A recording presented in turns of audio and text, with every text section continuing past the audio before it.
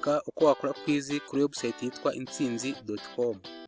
Ku muntu utabonye kuri video ya mbere isobanura uburyo ushobora gukora registration, yandikire kuri nomero yanjye ya WhatsApp, noneho mpite nyimwoherereza binyuze kuri WhatsApp. Ninasobanukirwa ukuntu yakora registration. Nk'ibisanzwe ujya kuri browser harimo na Google, warangiza ukayifungura, ukaza hano kuri search ukandikamo intsinzi.com, ugahita ifunguka imeze gutya.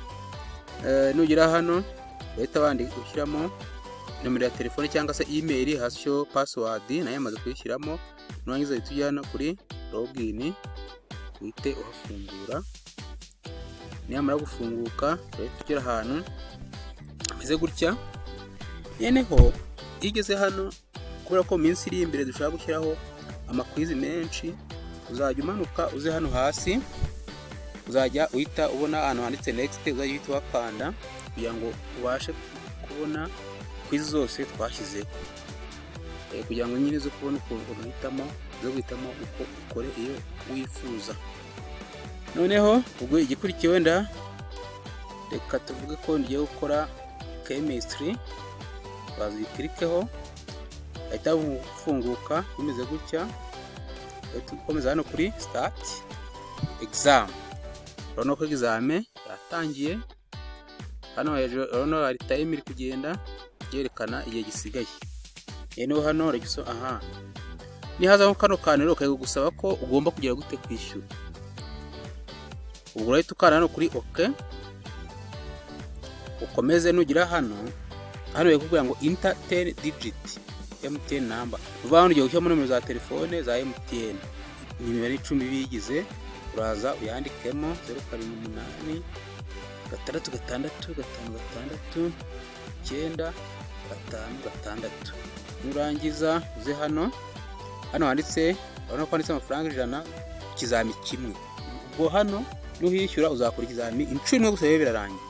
Ariko nuza ugakandaho hano kuri kano kantu kareba hasi, bazaguha hano urabona ko handitse 300, ugakora umunsi wose amasaha 24 kuri 24.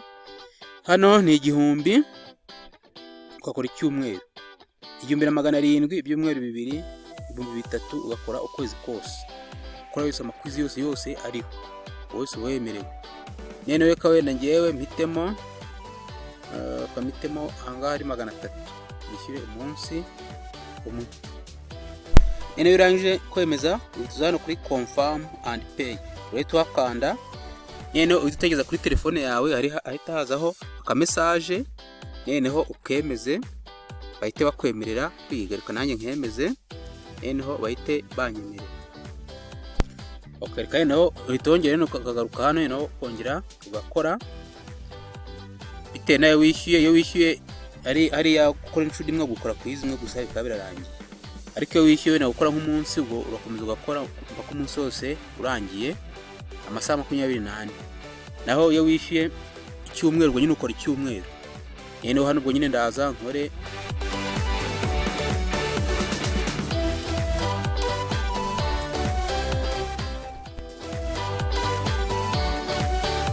iyo warangije kwishyura utuzeneho ugakora. Iyo wishyuye 100 hano bakomeza gukora inshuro imwe. Iyo ari 300 ukora umunsi wose. Ino baba wishyuye 1000 bakora icyumweru cyose. Waba wishyuye 2 ubwo 1700 ukora ibyumweru 2.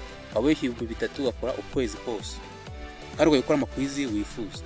Yeneho hano wenda reka nzi nanjye nkore wenda nk'iyi, ubundi ukuntu tuzikora witugure leta nza hano.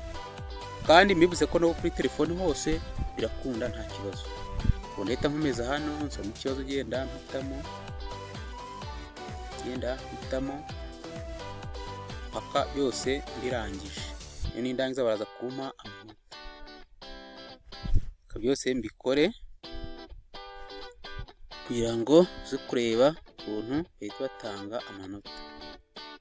Yaho ndapfa guhitamo kugira ngo yereke ukuntu bikorwa. Hano ngeze ku kibazo cya 12, ubwo hasigaye ibibazo 8. gusa mu minsi iri imbere ndi guteganya ko kujya mbashyiriramo ibibazo noneho ukajya ukora, wakongera gukora akaza yaba ari iyo kwizi wakongera kuyisubiramo ugasanga haje ibindi bitandukanye n'ibyo tumaze gukora. Numva ari byo byaba byiza.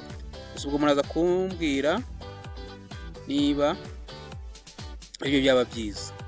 Rwanda ndasaba mu mitinze bahita bama amanota. Urabona ko ngize 8 ku 20 angana na 40%. Nkabona ko ibibazo 8. Noneho niba urangije uhita usubira inyuma ukaza hano muri dashboard ukareba kwizi umaze gukora, ukareba ibyo wishe n'ibyo ugomba gusubiza. Hano bahita babikwereka.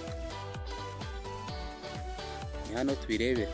Noneho ubwo muraza kumbwira niba nabikora gutyo cyangwa se nabirekera gutya, ukajya wakora wenda kwizi imwe wayirangiza n'undi wakongera gusubira n'undi akareba ibyo bigaruka, cyangwa se niba umuntu yagera akora ariko wakongera gusubira muri iyo kwizi ugasanga agahita haza ibindi bitandukanye n'ibyo umaze gukora.